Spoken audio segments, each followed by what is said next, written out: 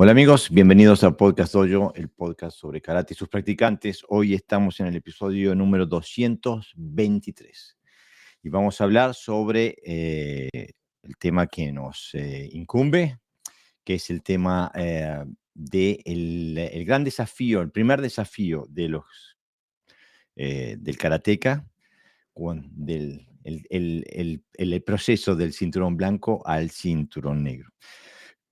Para ayudarme en la tarea, como siempre, tengo a José Navarro Sensei. Bienvenido, Sensei. Hola Jorge, ¿qué tal? Hoy tenemos un poquito de problemas técnicos. Estoy viendo acá por YouTube que seguimos teniendo problemas con la cámara de Sensei. No lo hemos podido resolver, no sabemos qué es lo No que tengo hoy, ni así idea, la verdad. que vamos a seguir, emitiendo de esta forma. Bueno, lo importante es el contenido y no, no Sí, lo la que digo más que lo que me ven, ¿no? exactamente. Este, entonces, lo que nos importaba para hoy es tener una posición. Somos dos viejos del karate, por así decirlo. Tenemos décadas y décadas y décadas y décadas en conjunto de entrenamiento. Y queríamos ayudar a la audiencia que está en ese camino todavía, ¿no? Entre el blanco y el negro, de cómo maximizar su desarrollo, de cómo lograr de sacarle esa etapa el mejor jugo posible y aparte de sacarle el mayor disfrute posible y además el mayor aprendizaje posible, ¿no? ¿Qué te parece, Pepe? Sí, porque bueno, se pasa por muchas etapas y sacamos muchas cosas positivas, pero también hay cosas que pueden ir en contra de nosotros, que pueden frenar el progreso hasta ese Mm. cinturón negro, a pesar de que cuando entramos es el primer objetivo, ¿no? Pero claro, una cosa es el romanticismo del primer cinturón negro y otra cosa es los años de práctica diario, que bueno, nos encontramos tanto con temas propios del dojo, de dificultades del dojo, que ahora citaremos algunas de ellas como dificultades personales fuera del dojo que nos pueden frenar, ¿no? En ese progreso. Entonces, si tienes claro los pasos, pues evidentemente facilita de alguna manera el camino, ¿no? O por lo menos, si no lo facilita, sabes por dónde no debes de ir o no deberías de ir por ahí. Para eso estamos los senseis, ¿no? De alguna manera. Bueno, quisiera empezar diciendo que, bueno, tenemos hace tiempo que venimos informando a la audiencia de las necesidades de solventar la base económica del podcast. Y bueno, hemos abierto una posibilidades de hacerlo a través de Buy Me a Coffee y la gente que lo está haciendo a través de YouTube puede hacer como ahora Henry Plano Sensei acaba de hacer, que acaba de que acaba de poner un super sticker en YouTube, apoyando la labor del podcast, en la producción del podcast. Muchas gracias, Sensei, por estar siempre ahí apoyando regularmente eh, las- la producción de este podcast. La verdad que estoy muy agradecido. Este, También, bueno, quiero también darle un saludo a un compañero que sé que está pasando por un momento difícil con enfermedad en la familia y nuevos desafíos hacia un futuro. Quiero mandarle un abrazo a Santiago Berberán, que sé que estás escuchando. Y bueno, que sepas que te tenemos presente. Este, y bueno, nos acaba de mandar un saludo Gerardo Sensei, que nos manda un abrazo para ambos, un abrazo a ti, Sensei. Ya tenemos que ponernos en plano para empezar a planear el próximo podcast contigo. Este, y bueno, para meterme en el tema, el tema de hoy, pienso que esa etapa inicial de ser cinturón blanco y que uno pisa el dojo por primera vez, para mí fue mágica. La verdad que lo disfruté un montón. Y también fue impactante desde el sentido de que era una etapa de aprendizaje muy, muy fuerte, había que aprender un montón de cosas, ¿no? Y una de las cosas que me gustaría hablar un poquito, que es, eh, que lo observo mucho más ahora como teniendo un dojo, que Mm. en ese momento, es que la falta de capacidad de observación que muchas veces la gente nueva tiene, ¿no? Yo diría que lo primero que hay que hacer es cuando estás en Roma, hacer como los romanos. La primera táctica es imitar, observar e imitar, ¿no? Hasta que Mm. haya comprensión. ¿Cómo hacías tú, Sensei, al principio? No, yo soy siempre un imitador en todo, incluso ahora también, ¿eh? Cuando me enseñan algo que no sé, lo imito. Yo sí, lo tengo como norma. Evidentemente la comprensión es diferente, pero bueno, yo soy multidisciplinar, como sabéis, entonces, claro, cuando yo entraba en un sitio, no entraba ya con el caché, sino que entraba de blanco, decía, bueno, ¿qué tenéis que enseñarme, no? De hecho, mm, eh, te- esa capacidad no la quiero perder nunca, de imitar, porque comprendo que ahí hay mucha experiencia y mucha información que a lo mejor no la comprendo al principio, pero que bueno, a través de hacerla, pues llegaré con el tiempo. Yo creo que es lo normal. No sé si en karate solemos analizar todo demasiado, quizás, ¿no?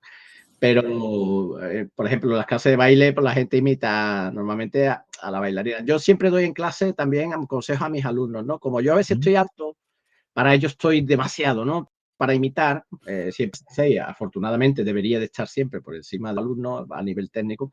Entonces yo, están los alumnos un poquito menos avanzados, donde le dice, mira, fíjate cómo hace él, ¿ves? O tal kata, mira, enseña tal kata que le haga como tú, etcétera, etcétera. Entonces, digamos que baja un poquito ese nivel de imitación para que no se convierta tampoco en algo inalcanzable. Claro. Justamente lo que dijiste de ahí, Pepe, de que no se convierta en algo inalcanzable, es algo normal, ¿no? Pero una de las cuestiones que reconozco que yo fui uno de los mayores pecadores en ese sentido también en su momento fue la de esperar resultados inmediatos y frustrarme cuando no llegaban los resultados, ¿no? Y lo primero que hay que hacer es aceptar que esto es paulatino y que nunca llegás ahí donde puedes levantar los brazos y decir, gané, metí el gol. Digo, no hay una satisfacción instantánea, ¿no? Sí, hombre, yo no quizás frustración no sería la palabra adecuada en mi caso, yo creo que tampoco la tuya, a lo mejor ahora la vives como una frustración, pero yo creo que, bueno, claro, a veces eh, lo que pasa es que como estás en constante aprendizaje, casi como que no te da tiempo a asimilar tanto, y entonces estamos preocupados en que te salga bien, a que te salga mal. Fíjate que yo tendría más frustración de cara a los exámenes, por ejemplo, cuando se imponían a lo mejor los exámenes que tenías que practicar un tiempo antes para poder dar el nivel supuestamente que se exigía y no te acababa de salir, ¿no? Pero en mi práctica diaria no aparecían tantas frustraciones. Lo que estaba era deseando de aprender nuevas cosas. O sea, a mí me decía un kata nuevo y para mí era como si me hubieran regalado una bicicleta, ¿no? Entonces tenía que ver más con los elementos externos que estaban en aquella época en la cultura del dojo, o bueno, en la cultura general quizá, ¿no? De la mayoría de los dojos, que en mi propia forma, ¿no? De interpretar. Sí, después sí he tenido frustraciones, pero en ese periodo primero de que hablamos, ¿no? Quizás del negro hasta el marrón, quizás azul marrón, Ujú. o sea, del blanco, perdón, hasta, no me recuerdo yo demasiado ansioso, sí, siempre. Siempre quería aprender algo nuevo, catas nuevas, formas nuevas, imitando a los mejores, ¿no? Etcétera, etcétera. Bueno, la práctica en el dojo donde yo venía era diferente. Nosotros no nos ponían unos exámenes y había que ponerse a trabajar en colectivo. Mm, La cultura del dojo donde venía, los exámenes eran algo que lo hacía cada uno por su cuenta y que no se hacía un entrenamiento específico. Sensei mm. ponía un papelito, tal fecha hago exámenes y el que quería se anotaba, pero nadie te daba nada extra ni nada. O sea que era algo que siempre tenías que remar tú solo en ese sentido. Este, o sea que nunca partía de afuera, siempre la decisión salía de adentro, ¿no? Pero Hay una cosa que sí me recuerdo de aquellos tiempos, bueno, de vez en cuando también me pasa cuando uno se lesiona y tiene que reempezar desde un nivel físico, es que el físico al principio no alcanza, ¿no? No acompaña. Y cómo se maneja eso, ¿no? Em, Porque muchas veces uno piensa, no, tengo que salir a correr, tengo que hacer esto, tengo que hacer pesas. Digo, todo eso está genial, pero muchas veces el elemento más importante es el hacerlo, ¿no? O sea, se hace con el andar el físico, ¿no? Y hay que aceptar. Claro, porque es una forma de moverse muy específica, ¿no? Todos tenemos en el dojo gente que viene en forma, lo que podríamos Ujú, llamar forma, ¿no? Una persona con capacidades físicas, con no mala coordinación, no del todo mala elasticidad, con un fondo aceptable, pero que cuando se le aprieta no llega. No llega. ¿Por qué? Porque estamos hablando de algo muy específico que tiene que trabajar con el sistema muscular y esquelético a unos niveles más finos quizás del deporte habitual que hace la mayoría de la gente. mm, Y eso solo se consigue practicando y practicando, practicando. Lo que pasa es que uno, como es muy bruto al principio, todo lo hace a base de fuerza y velocidad, no contempla otros parámetros que no sea la fuerza y la velocidad, pues no es muy consciente de esto, ¿no? Quizás a medida que va caminando es cuando va siendo consciente de que sí, que tenía buena forma física, pero ese punto de finura que se tiene con los años de físico no se tenía. claro, y eso va también de la mano de la conciencia corporal, por así decirlo, ¿no? Que se construye paso a paso, ¿no? Y que el proceso crea el resultado. Hay que aceptar los procesos que nos da el karate, ¿no? Para llegar a los resultados. Y esto el tema de hoy salió porque el otro día estaba dando clases en mi dojo y pidiéndole a sus alumnos que hagan una simple Sengosudachi, ¿no? Estos eran los muchachos jóvenes, ¿no? Y un muchacho que ya hace años que entrena conmigo, ¿no? Que entra en la Sengosudachi y cuando le pica el ácido lácteo, eh, afloja la posición, ¿no? Entonces le pregunto, ¿cuánto hace que estás entrenando acá? Me dice, hace 5 años, sensei. Digo, ¿y cuándo te vas a decidir a ganar esa batalla? Le digo. Porque si te hubieras decidido a ganar esa batalla del ácido lácteo cuando hacemos una Sengu Sudachi, el primer día que entraste al dojo, en 2 semanas ya no necesitabas pensar más, nunca más en el ácido lácteo. Y ahora, 5 años más tarde, todavía sigues perdiendo esa batalla cada vez que te metes en el dojo. Y me parece que es algo que es bastante común con distintos matices y pero que hay mucha gente que retrocede ante el apremio o el desconfort, salir de la zona de confort, ¿no? Y cada vez que retrocedes, cada vez que diste ese paso atrás, perdiste esa batalla. Y como que el karate no te perdona, ¿no? O sea, necesitas niveles objetivos de habilidad para poder avanzar, ¿no? Y si no trasciendes el apremio físico para llegar a esos niveles objetivos de habilidad, no hay no hay solución. O sea, no Claro, puedes. porque cuando nosotros hablamos del propósito de repetir, hablamos del propósito de repetir en positivo, es decir, no de repetir los errores, Mm, porque si no se perpetúa. Pues, además, no es una batalla solo física, ¿no? Que digamos que tendría cura en un momento dado, ¿no? Sino que es una batalla psicológica contra la propia percepción que tú tienes de ti mismo. Y es uno de los condicionantes. Me ha pasado hace poco con un alumno que se va. ¿Por qué? Porque no sabe, no sé si no sabe o no quería dar más de lo que se le. Y además, precisamente por ahí también, por ese tema de las posiciones, ¿no? ujú, De, de poner posiciones eh, cómodas, poco costadas, ¿no? Que les requiriera el mínimo esfuerzo, ¿no? Mínimo gasto, mínimo esfuerzo, pero máxima recompensa. Claro, eh, sabemos que el tren inferior está está desconectado, pues influye todo el mecanismo, ¿no? claro. Claro, la sensación que uno tiene cuando se mueve desconectado, pues no es igual de agradable que cuando estás conectado. Por lo tanto, ya no es solo que cedas al dolor físico, sino que es que mm, estás teniendo incluso quizás hasta no sensaciones adecuadas, ¿no? Yo no digo desagradables, pero no te emociona, no te hace expresar energía cuando te mueves. Es Mm. como algo vacío, claro, y eso condiciona también luego cómo tú ves el karate.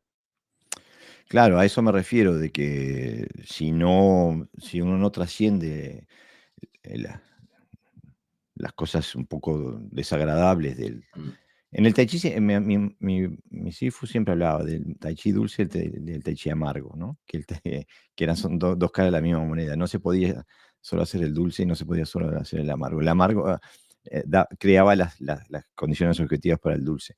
Y bueno, lo mismo me pasa con el karate. Me parece que hay que aceptar, las partes físicas que son menos agradables, para poder llegar a niveles superiores o niveles más profundos.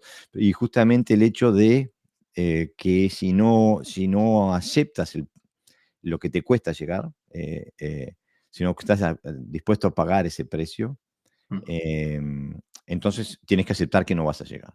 Y ese es el gran claro. problema en los dojos, que la gente no acepta el precio, pero quiere, quiere la habilidad igual, ¿no? Y no es claro que es la misma habilidad, eso es. Pero no se dará, ¿no? En que incluso eso influye en su propia vida, en su propio quehacer diario, ¿no? Yo, por ejemplo, en el gimnasio de boxeo que nosotros vamos, que voy yo con algún compañero, tiene una campanita.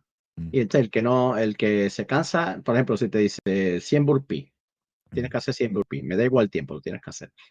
Si no llegas, pues toca la campanita y te vas a tu casa directamente. O sea, crea en el que va una psicología del esfuerzo. O sea, una Mm, simple campanita, si, simplemente por orgullo, ¿no? Que puedes más. Yo no me toca. Si tú vas concienciado de que yo no voy a tocar la campanilla, ¿no? Yo voy a luchar contra esto, porque mm. si no, no es una cuestión de humillación, es una cuestión de constatar en qué estado estás en ese momento, ¿no?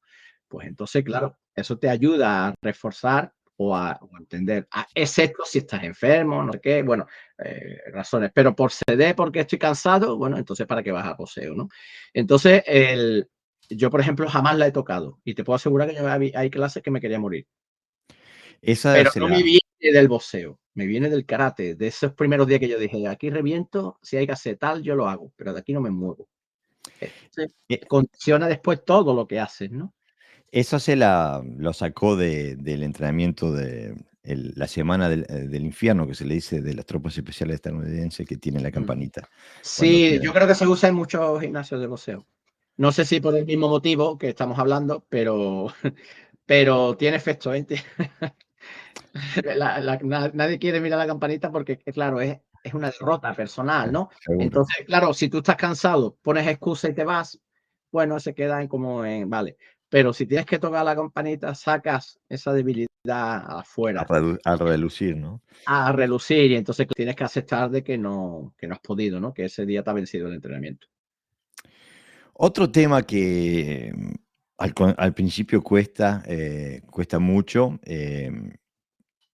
y bueno, especialmente con los muchachos jóvenes, es el hecho de los cinturones, ¿no? Entonces, digo, cuanto antes uno se libere de motivaciones externas, grados, competencias, etcétera, etcétera, más rápido y más profundo es el desarrollo, ¿no? Porque uno entra en la práctica, en el estudio, eh, con otra mentalidad, ¿no? O sea, no haces un esfuerzo concentrado en el tiempo para llegar a obtener un resultado, sino que haces un esfuerzo continuo para llegar lo más profundo posible, ¿no? Te cambia la cabeza cuando te podés sacar esa idea de la, ¿no?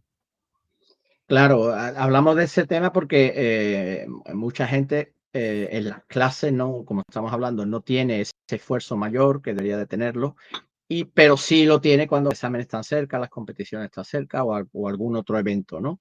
Entonces, claro, se ayuda, digamos, se automotiva para trabajar más duro cuando eso significa que ha podido trabajar. ¿Por qué no trabaja a diario, no? Es mm, decir, ese es el tema. Entonces, claro, si tú solamente trabajas fuerte cuando hay exámenes, cursos o competiciones cerca, pues realmente si no te liberas de eso vas a entrenar poco, porque cada vez te vas a examinar menos, cada vez vas a competir menos y cada vez posiblemente vayas a menos cursos, porque personales, ¿no? De trabajo, etcétera, etcétera.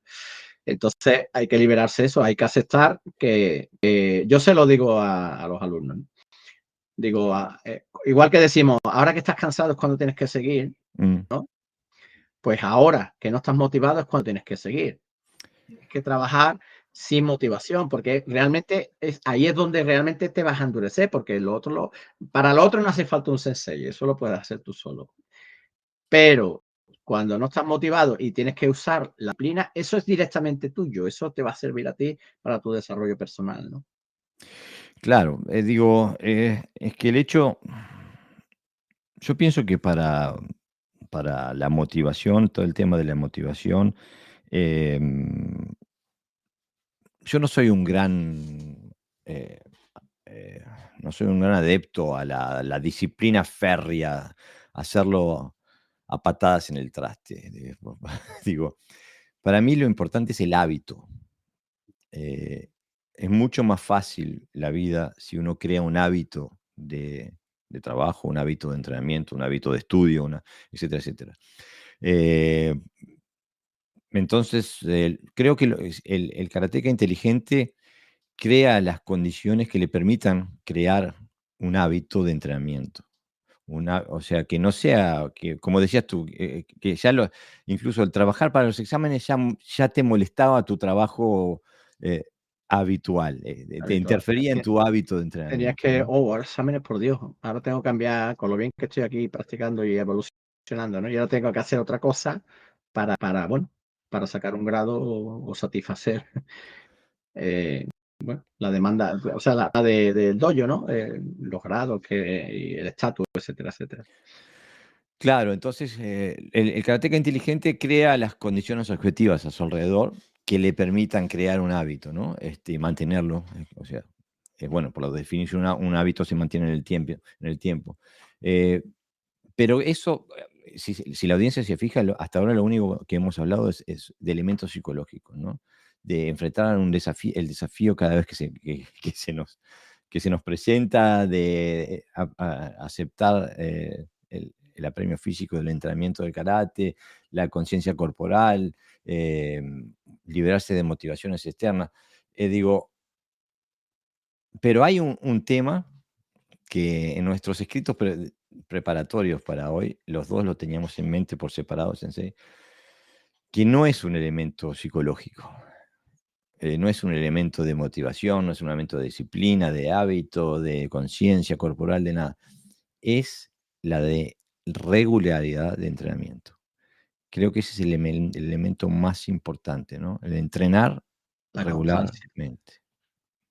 La Este, constancia es un poder en sí mismo, es lo que te da, lo que te va a dar el hábito, lo que te va a dar los resultados, ¿no? claro. Entrenar un día 3 horas y ya no entrenar más hasta dentro de un mes es peor que entrenar todos los días 10 minutos. Y hablo, o sea, conscientemente de 10 minutos. Mm, O sea, que no es exactamente. necesario, o sea, que cuando digo 10 minutos significa que cualquier persona puede practicar diariamente 10 minutos. No tiene que preparar nada en cualquier sitio. Por lo tanto, tenemos acceso, ¿no? A esa constancia, a ese hábito o a la regularidad. Evidentemente, el ir al dojo de forma regular, pues vas a recibir mucha más información que si vas de vez en cuando, eso está claro. Pero también hablamos de la práctica personal, ¿no? De la práctica personal regular, porque hay gente que cuando no va al dojo no entrena, ya no Mm, practica. ¿Por qué? No puedes a las 7 en el dojo, pero podrías a lo mejor a las 5 en tu casa, ¿no? O sea, mm. no tiene ningún sentido. Entonces, la relación con el dojo es informativa. O sea, hay muchas relaciones, pero sobre todo es informativa. El sensei no te te da la información para que tú luego la gestiones y la practiques. No te enseña para ese día que tú te olvides. O sea, eso todos los que son sensei lo saben. Cuando nosotros le decimos a un alumno, le estamos enseñando un kata, no es para que la haga en clase, es para que la practique él, para que la desarrolle. Claro. Mi sensei siempre me decía, una semana tiene 168 horas, de las cuales si vienes 2 veces por semana, entrenamos 1 hora y media, son 3 horas. Te quedan 165 horas donde no estás entrenando. Eh, digo, es para hacer más o menos ponerlo en en perspectiva de, de los agujeros de tiempo que tenemos entre entrenamiento y entrenamiento, ¿no? Em, y bueno, todo el mundo entra al karate de distintas perspectivas, con distintas ambiciones, etcétera, etcétera. Pero hay que llegar a un mínimo de horario en el entrenamiento, en la práctica, que como tú bien decías, Pepe, no necesariamente es dentro de las paredes del dojo, sobre el tatami del dojo, que quizás el dojo pueda, si no tiene locales propios, puede hacer 1, 2 o 3 veces o 4 veces por semana, no más. En cambio, sí se puede activar activar el sistema marcial, por así decirlo, eh, todos los días, o con más regularidad que la que nos pueda brindar el dojo, ¿no? Fuera del tatami del dojo. Este, el dojo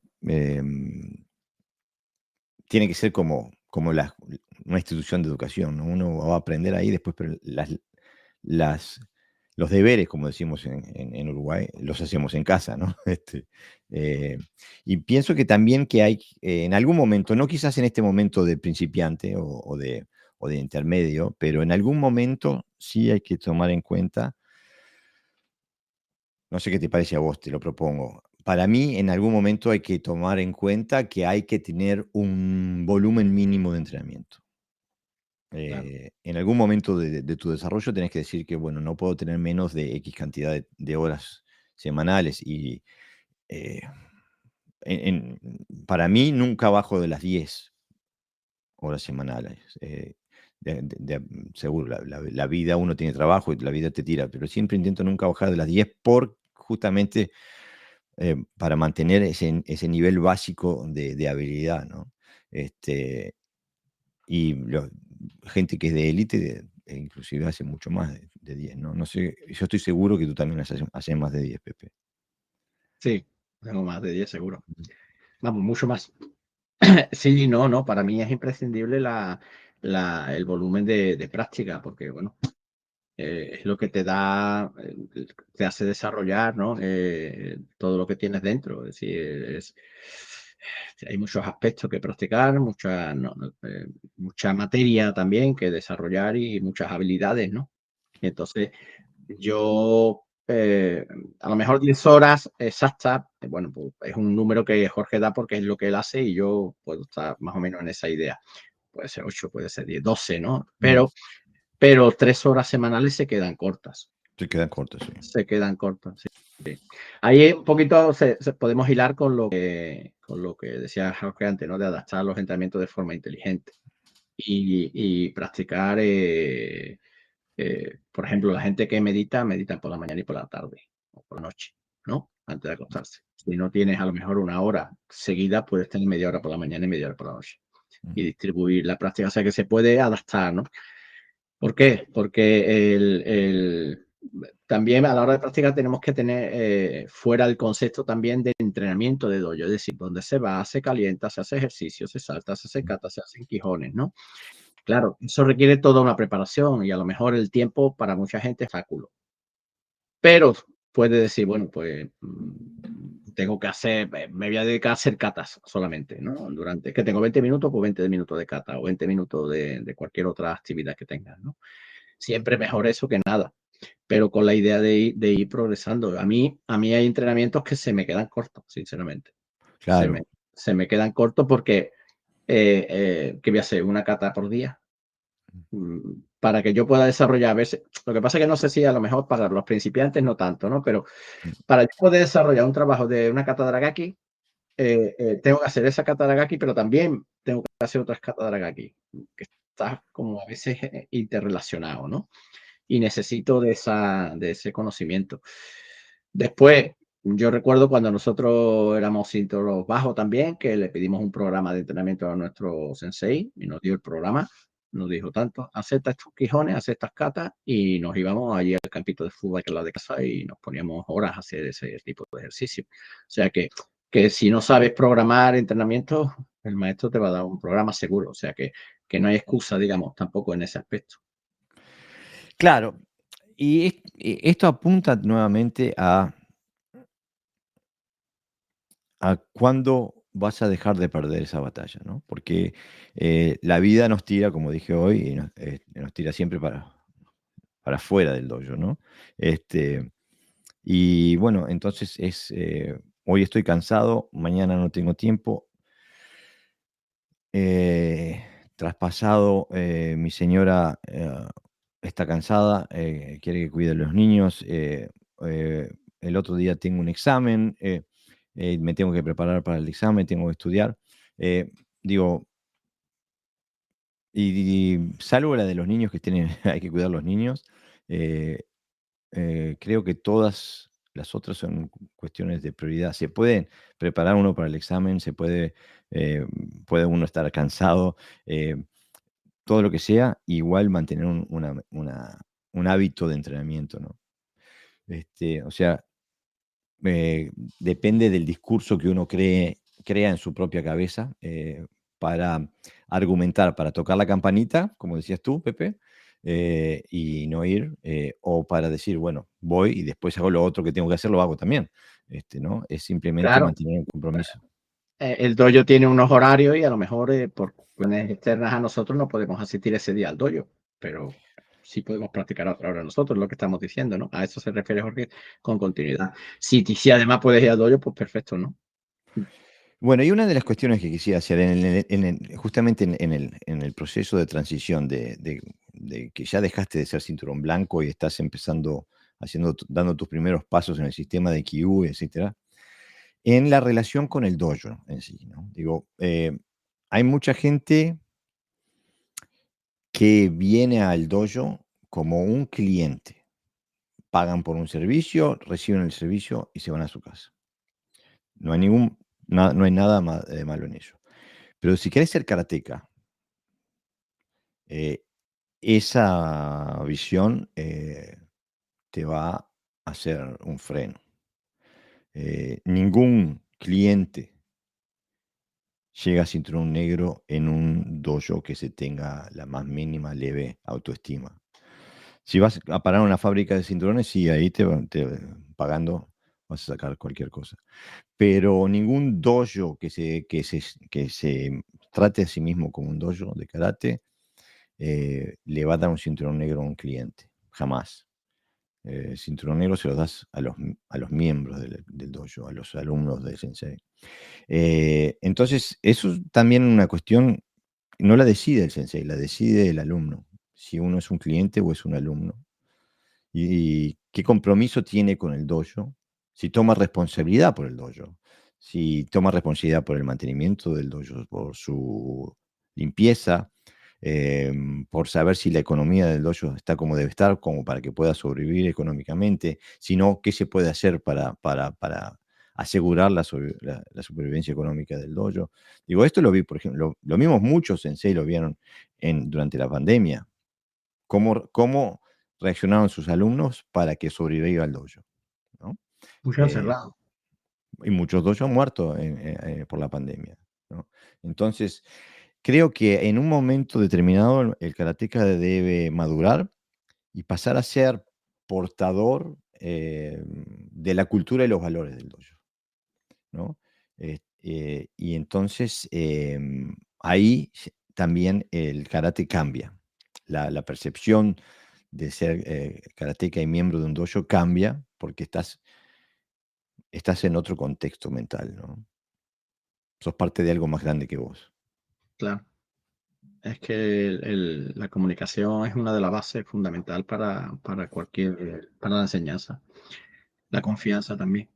Entonces, claro, si tú solamente o sea, recibes, pero no das nada, pues claro, lo que vas a recibir en un momento dado es limitado, pero no porque el sensei no diga lo mismo en clase a todo el mundo, sino porque las antenas de uno están en otro nivel.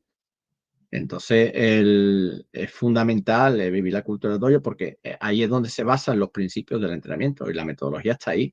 De hecho, todos sabemos cuando hemos tenido relación directo con el maestro y demás, que hemos recibido mucha más información Mm, y conocimiento cuando hemos estado integrados en esa cultura que lo que se puede hacer en una clase, que llega y te vistes y te vas.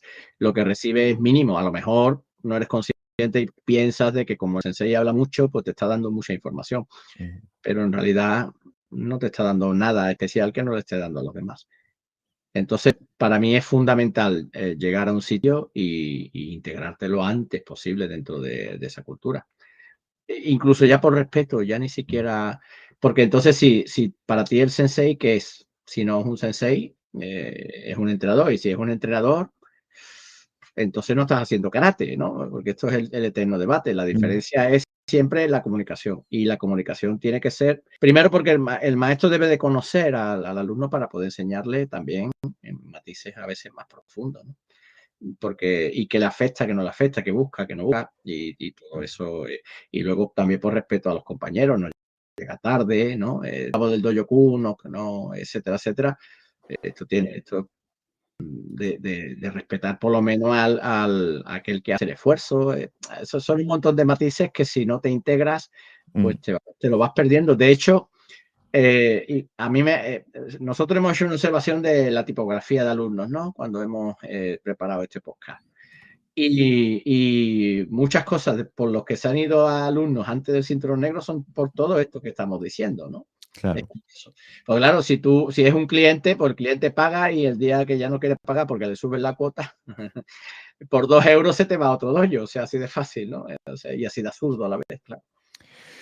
Claro, pero aparte tú dijiste una palabra ahí clave, me parece que hablaste de confianza, ¿no? Mm, Si uno tiene confianza, es parte de esta cultura, es parte del dojo, invierte también emocionalmente en su pertenencia al dojo, en ser parte de la cultura del dojo. Está la confianza, porque sabe que la intención nunca va a ser mala. Cuando hay confianza entre seres humanos, sabe que la intención siempre es buena. Justamente estaba hablando de eso, sobre eso en mi dojo hoy de mañana, en el entrenamiento matutino, donde hablábamos de que si no hay confianza y yo te pego un golpe, eh, tú dudas de los motivos de ese golpe.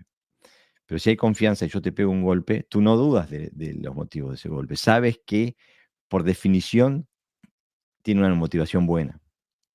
Como hay confianza, sabes que nunca va a tener una motivación mala, ¿no? Hay una mm. motivación de aprendizaje siempre. En cambio, si no hay confianza, no se sabe cuál es esa motivación. Entonces, el no ser parte de la cultura, el no tomar propiedad de la cultura del dojo y ser parte del dojo de corazón, te frena el entrenamiento también porque nunca estás seguro de cuáles son los motivos de las decisiones que toma el sensei en el entrenamiento. Siempre estás suponiendo lo peor, Estás en el peor de los sospechando casos, siempre. ¿no? Yo conozco a gente que presume de ser eh, como el que pregunta mucho, ¿no? Es que yo pregunto mucho, yo siempre soy como la mosca cojonera en el dojo porque tengo que saberlo todo, no sé qué, no sé cuánto. Y muchas veces eso no es malo en principio, o sea, a mí no me molesta, por ejemplo, que me pregunte, ¿no? Pero el problema es que quizás pregunta que no se ha enterado, ¿no? Porque es de confianza. Entonces, Claro, siempre en educación se habla de las 3 C, ¿no? Que es comunicación, confianza y, o sea, comunicación, confianza y se me ha olvidado la otra. Bueno, mm, eh, eh, ¿cómo se llama? Bueno, ahora me acordaré seguro. ahora te vas a acordar. Sí, seguro. Pues siempre me pasa lo mismo. Siempre alguna se me olvida y después me voy. Entonces, cuando hay comunicación, pues es más fácil. Cuando hay confianza, conocimiento del otro. Ya ha aparecido la palabra conocimiento. Entonces, conocimiento, confianza. hay que tenerla siempre en el maestro, porque si no, ¿en qué nivel nos estamos moviendo? Y sobre todo en algo del karate, que al final el maestro no te está enseñando un deporte, te está Mm, enseñando su vida, lo que él es, parte de él, lo que él ha experimentado a través de ese arte, ¿no? Entonces, cuando un maestro está enseñando Gedan Barai, no está enseñando solo un Gedan Barai. Hay todo ahí una historia personal detrás de todo ese esfuerzo, ¿no? Como decía Jorge, ¿no? De esfuerzo, de esfuerzo, de esfuerzo para llegar a ese punto, a saber si no le dolían los hombros, si no le dolía el cuello y venga, venga, venga, y ahora te lo enseña a ti y te trata como si fueras un poco, bueno, uno más, ¿no? Entonces, mm. sí que esa persona llegue a cinturón negro, vamos, y si llega es porque ha cambiado seguramente su forma de relacionarse, obviamente, ¿no? Justamente, ¿no? Y si uno se anima a dar ese paso, empieza a trabajar de esa forma, eh, entonces es necesario tomar responsabilidad personal por Mm, su entrenamiento. Sí, el sensei te entrena y te da información, pero aquel que tiene que administrar esa información y tiene que trabajarla y tiene que internalizarla y transformarla en habilidad, eres tú, ¿no? Porque por lo general, muchos alumnos se piensan que la habilidad depende de es responsabilidad del sensei. Y no, por eso se llama sensei, porque ya lo hizo. Lo hizo antes que tú y ahora te muestra cómo hacerlo, pero no lo puede hacer por ti. Porque me acuerdo, en mi antiguo dojo, mi sensei siempre decía: "El karate no funciona por osmosis". O sea, había gente que se creía que estando en un dojo con un gi mm. era suficiente. No, tenés que hacer el trabajo y Bueno, tenés que y utiliza esa metodología disuasoria, ¿no? Te dicen, yo entrenaba con tal maestro, ¿no? Como si entrenar con tal maestro te diera la habilidad. Esto se usa también. Con lo cual, no, no, perdona, el maestro no estaba desesperado enseñándote, el pobre que ya estaba desesperado, que no te salía nada de lo que él decía y ahora viene a contarme que como ha entrenado con ese maestro ya tienes esa habilidad. No, la habilidad se adquiere practicando. claro, exactamente. Practicando y además en una dirección determinada, ya lo hemos dicho, no es repetir, porque ya no estamos en la fase de copiar, ¿no, Jorge? En esta fase media. Exactamente, ahora ya trascendimos. Copiar a las primeras semanas dentro de un dojo, ¿no? Cuando estás completamente perdido, no sabes nada. Ahora estamos introduciéndonos, compenetrándonos, siendo parte de un dojo, en comprendiendo nuestro lugar dentro del dojo, y cómo utilizar los valores, la cultura, las relaciones humanas dentro del dojo para optimizar mi estudio y entrenamiento del karate.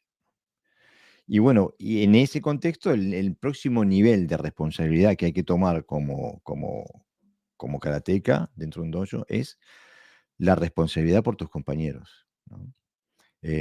O sea que bueno, todos erramos, todos aprendemos, ¿no? Pero he visto muchos compañeros estar en situación de competencia con otros compañeros del dojo, o, o estar luchando por la atención del sensei, quién se alumbra más de la luz del sensei, todas esas cosas, en vez de decir, estamos en el mismo camino, somos hermanos de camino, cómo ayudarnos, cómo optimizar nuestras posibilidades de estudio y de aprendizaje. Y a veces optimizar eso es ponerlo bajo presión al compañero, para que pueda trabajar bajo presión. A veces es justamente no darle presión, darle lugar de aprendizaje, darle oxígeno. O sea, tenemos que estar conscientes de esa dinámica y navegarla y administrarla de forma consciente. Que no pasen las cosas porque pasan, sino que pasan porque nosotros las creamos o porque las vimos venir de lejos, ¿no? Este, y Sí, creo sí, que no. más de una A veces amistad sí se ha que roto por esas cosas, ¿no? sí, sí, no, pero no te puedes imaginar. A veces incluso por la falta de conciencia del maestro de lo que está creando a su alrededor, porque el maestro tiene otras, a veces necesidades que no tienen nada que ver con la práctica del karate, sino son necesidades personales de ser alabado, por ejemplo, y Mm, entonces le interesa tener alumnos que bueno, que le cubran, ¿no? Eso que no tiene. Pero, por ejemplo, hay dos formas de crear grupos en el dojo, ¿no? Grupitos, ¿no? Lo que son pequeños grupos. Son grupos naturales que se crean por afinidad, por edad o por grado, donde se van a entrenar juntos, no sé qué. y no y a veces son grupos de conveniencia, ¿no? Nosotros somos los mejores, estamos aquí, cerramos el círculo y los que vengan pues no pueden entrar, ¿no? Eso hay que evitarlo siempre, tanto como maestro, tanto el maestro como los alumnos. Exactamente. Porque estamos Es que hablando eso es subcultura del dojo, no es cultura del dojo. exactamente. Y estamos hablando de las estamos hablando de un dojo de verdad, no de el pequeño reinado de un egocéntrico, un ególatra que necesita un lugar donde ser rey. Y estamos hablando de un dojo que nutra a sus alumnos, como la gran mayoría de los dojos, ¿no? Porque el próximo nivel de responsabilidad que uno tiene que tomar como miembro de un dojo, hay que tomar responsabilidad personal sobre el propio entrenamiento, hay que tomar responsabilidad por el bienestar y el desarrollo de los compañeros del dojo, y hay que tomar responsabilidad por el bienestar del sensei, que es al fin y al cabo el origen del conocimiento y de la cultura y de los valores que se cultivan en ese dojo, ¿no? O sea que es necesario siempre demostrar cómo se valoriza el trabajo sensei, como el afecto que se le tiene, el respeto que se le tiene. Cuestión de que sensei esté motivado y energizado para siempre dar lo mejor de sí mismo, que él lo hará de todas maneras, pero de nuestra parte como alumnos conlleva ayudarlo en lo mejor posible en ese trabajo. Este, y ahora llegamos a un momento en donde en alguna parte de este trabajo, de este proceso, el karate tiene que dejar de ser un hobby. O sea, no podés ser un cinturón negro, no podés llegar a ser cinturón negro teniendo el karate como un pasatiempos.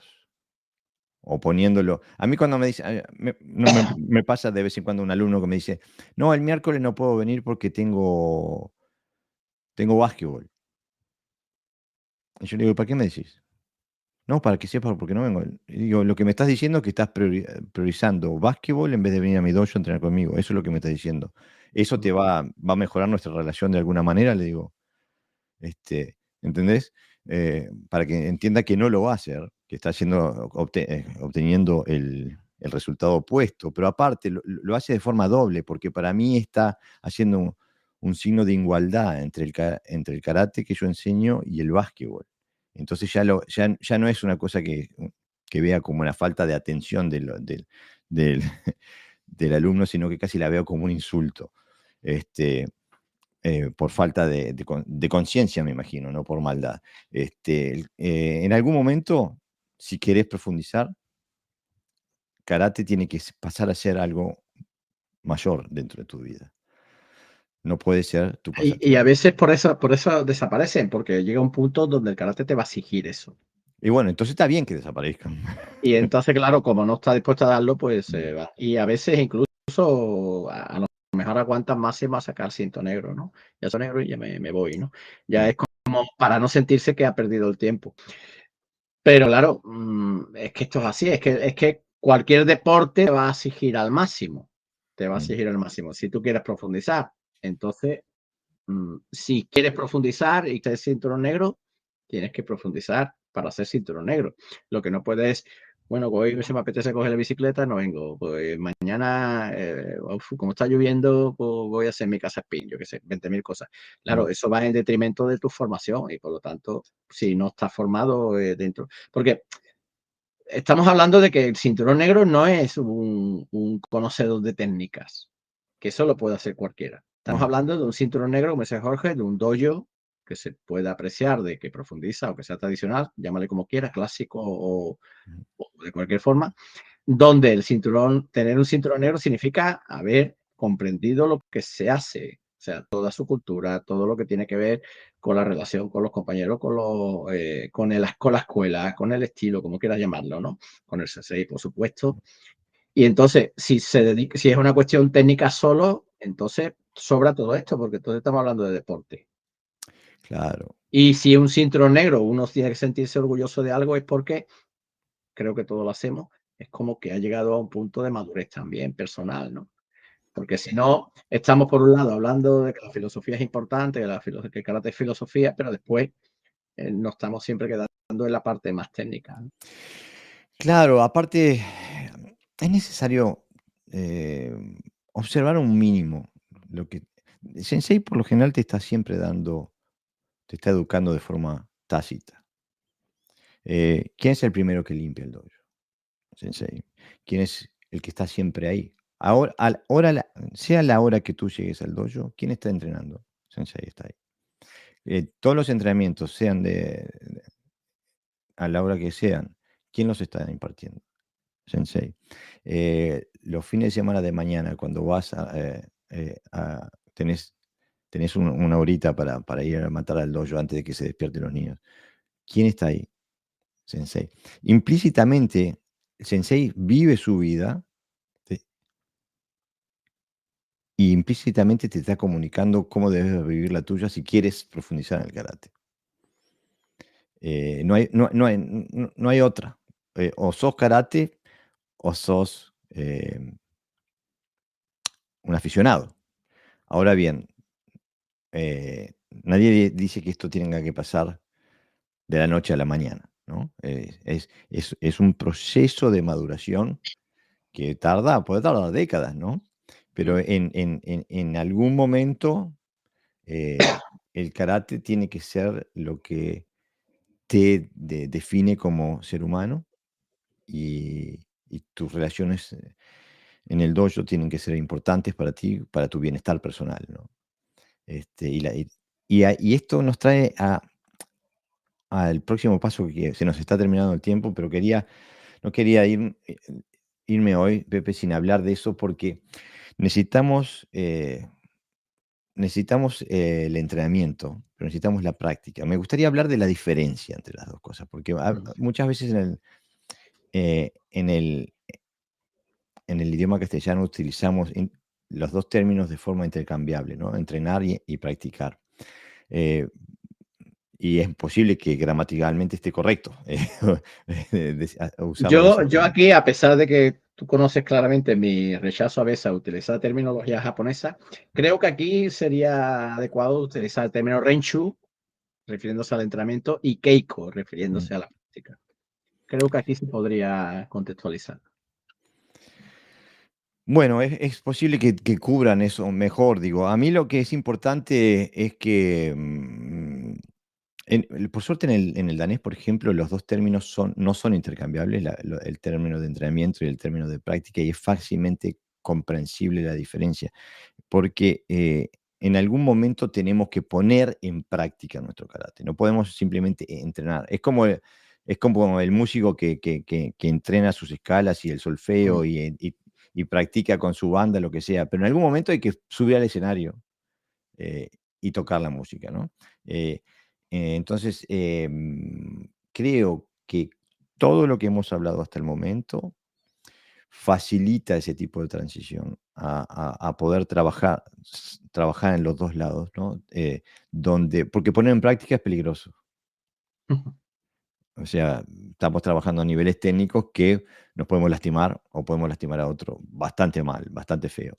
Entonces, para eso, para salir del entrenamiento a la práctica, hay que estar en una cultura, en un dojo, con confianza, con habilidad, eh, con bajo la... preparación de e- ambos, se hace. Exactamente, exactamente. O sea, todo ese contexto social que se crea dentro del dojo es justamente para habilitar la posibilidad de hacer las transiciones entre el entrenamiento y la práctica, ¿no? Donde uno... Entonces, digo, es importante que se creen esos ámbitos dentro del dojo de poder... Ahora estoy hablando ya de los cinturones negros, ¿no? De la gente de- que pueda trabajar a nivel de poner en práctica las habilidades que sean, o las destrezas, como hablábamos el otro día contigo, Pepe, que se han adquirido, ponerlas en práctica, pero de forma responsable de que nadie se lastime, ¿no? Este, y creo que aquí en realidad empieza el camino, ¿no? Cuando llegamos a Shodan, es donde empieza, para ser karateca hay que leer, hay que estudiar, hay que analizar, hay que escribir. hay que comprender lo que se está haciendo, comprender su contexto técnico, su contexto táctico, su contexto histórico, y al comprender el contexto histórico hay que comprender el contexto socioeconómico o geopolítico. O sea, hay que sumergirse en, en, en esta forma de vida que se transforma el karate cuando uno la lleva a estos niveles de identificación personal, ¿no, Pepe? No, por supuesto, el conocimiento nunca está de menos. Y aparte que si no tenemos conocimiento, ¿hacia dónde vamos, no? Como vamos al viento, donde sople, ¿no? El conocimiento te da información y esa información uno la gestiona y va trabajando sobre ello y va descubriendo lo que de verdad o no de verdad hay. Entonces, para mí un karateka tiene que ser una persona a lo mejor mínimamente culta en lo que hace. Yo no te digo que sea un científico, pero por lo menos de lo suyo tiene que saber. Claro. Y bueno, el grado es compromiso. Cuanto más grado, más conocimiento, más compromiso con el dojo, más profundidad de conocimiento, ¿no? O sea que creo que el grado debe comprometer en ese sentido, ¿no? Ya Claro, que porque nosotros de alguna manera hemos aprendido algo, hemos aprendido un conocimiento y nos podemos convertir o de forma indirecta somos transmisores también de ese conocimiento. Entonces tenemos que saber mínimamente transmitirlo, porque si no todo ese conocimiento se puede quedar en ti solo y ya está. Que a veces nosotros hemos sufrido, ¿no? Esa falta de información por, por la lengua, ¿no? Por la propia lengua a lo mejor de los maestros japoneses que no sabían transmitirnos exactamente a nuestro idioma lo que realmente quería que hiciéramos. Y entonces casi nos lo teníamos que inventar a veces. O copiar, ¿no? O sea, entonces eso te condena a copiar toda la vida. Pero la comunicación es importante. Es más, cuando el que comunica y el comunicador y el receptor son gente informada, es mucho más fácil todavía. se llega a mucho más profundidad, ¿no? Se llega a más profundidad, claro, porque bueno, hay una interrelación, ¿no? De conocimiento. Claro, es un contexto que Hay ya. una transferencia de conocimiento. No solo nos transferimos golpes unos a otros, sino que también nos transferimos información y conocimiento, obviamente. Claro, y aparte digo, cuando ya hay alto nivel de conocimiento de las dos partes, hay un montón de conocimiento que es implícito, no necesita hablar de ello, no necesitamos hablar de aritmética si vamos a hablar de matemática, ¿no? Bueno, estamos llegando al final, que no quería dejar pasar, que nos llegaron un montón de saludos que no hemos leído hasta el momento. Nos manda eh, María Virginia Enquín desde Formosa, en Mushin Dojo, dice presente de Formosa, Argentina. Bienvenida, María. Gracias por tu saludo. Nos saluda también, bueno, Daniel Alvarado, sensei, desde Alicante. Nos saluda John Quesada desde México. Kit Toro nos saluda desde Sevilla, España. John Quesada viene con un muy buen comentario sobre su motivación para el entrenamiento. Nos escribe Mariano Carrasco Sensei de Nambudo, nos escribe Ramón Navarro de Panamá, y Lucho desde Atlántida en Uruguay. Así que bueno, les mandamos un fuerte abrazo a todo el mundo que nos saludó, que nos escuchó y nos acompañó hoy. Bueno, el próximo sábado vamos a hacer alusión a un tema que es quizás para la gran mayoría de los karatecas no sea la norma, pero hay muchos karatecas que trabajan en estos términos, aquellos karatecas que, por ejemplo, que vienen en América Latina y tienen a su maestro en Okinawa o en otros países, es cómo se desarrolla uno como karateca estando lejos de su maestro, las ventajas y las desventajas. Así que en el episodio 224 vamos a hablar sobre cómo entrenar estando lejos del maestro. Y bueno, vamos a traer a un compañero de camino, a Roberto Bonet Sensei, para que nos ayude a explorar el tema. Bueno, un gran abrazo y hasta el sábado que viene. Adiós, Hasta luego. Sensei.